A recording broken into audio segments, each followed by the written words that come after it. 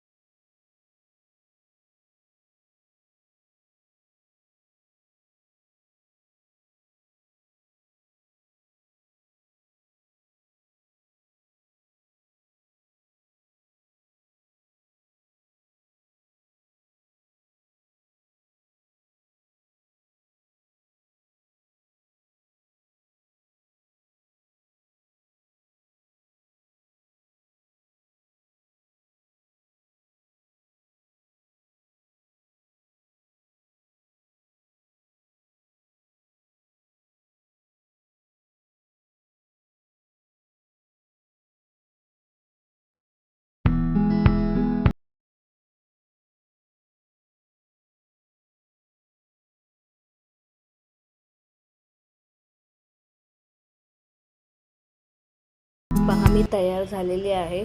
तर मी तुम्हाला पूर्ण व्हिडिओ दाखवते कशी साडीमध्ये दिसते ती.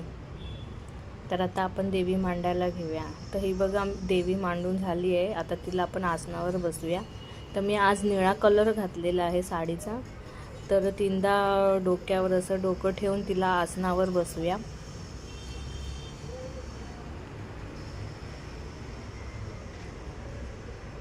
नंतर मी शौर्याला सांगते या अँगलने काढ म्हणजे बरोबर समोर दिसेल.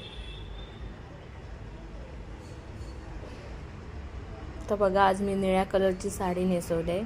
आता वेणी घालून फुलं लावून सजून घेऊया. त्या मी घरच्या देवीला वेणी घातली आहे. मम्मा हाय कर. पप्पा आई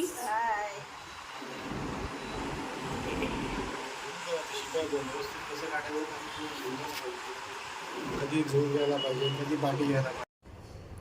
तर आता हे रात्रीच्या जेवणासाठी तयारी केली आहे मी संध्याकाळचे 4 वाजता.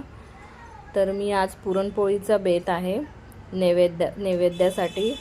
तर मी ही डाळ आधीच भिजत घातली होती, ती शिजवून घेतली आहे. तर मी हे चाळणीने त्याचं सगळं पाणी निथळून काढते.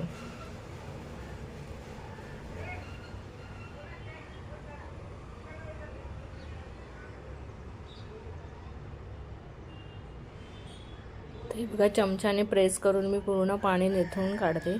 तर पाणी निथळून झाल्यानंतर एका ताटात ते काढून घेतल्यानंतर थोडी थोडी डाळ घेऊन आपण ती पिसून घेऊया. तर मी अशी पिसते, चाळणीनेच पिसते, फक्त डाळ आहे.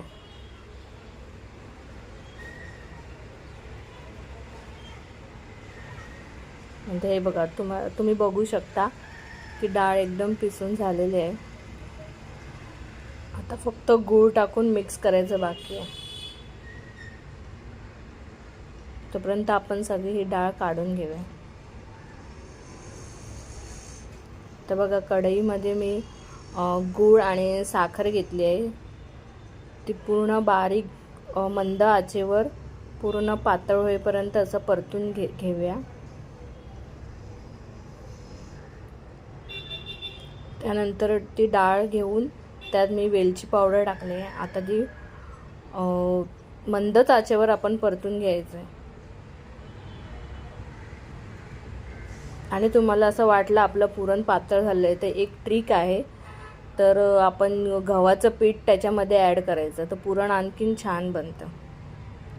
म्हणजे पातळ झालं असेल तरच तरच तुम्ही गव्हाचं पीठ टाका.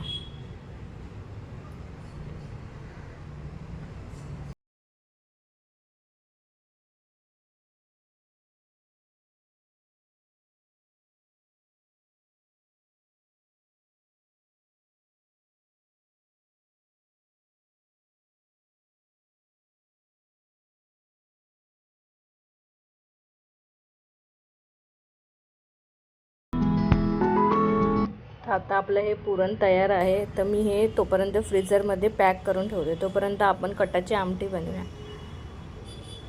तर कटाच्या आमटीसाठी मी जिरं, राय, कढीपत्ता, लसूणची फोडणी देऊन कांदा, टोमॅटोची फोडणी दिली. नंतर सर्व मसाले मी ॲड केले.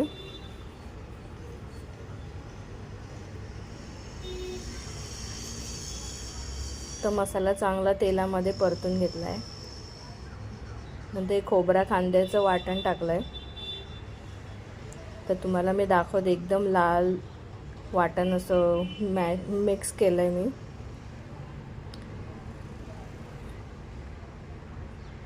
तर डाळ शिजवून घेतली होती, ती मी फोडणीमध्ये मी ॲड करते. कटाची आमटी, डाळ आणि भात झाल्यानंतर मी पुरणपोळी करायला घेतले. तर ह्या म्हणजे सासूबाई आहे, त्या मला पिठामध्ये असं पुरण भरून देत होत्या आणि मी अशी लाटत होती. तर बघा मी कशी गोल, तर मला प्रॉपरली जमत नाही, तर बघा मी हलक्या हाताने लाटून घेते. आणि तुम्ही बघू शकता की कशी फुगते ती.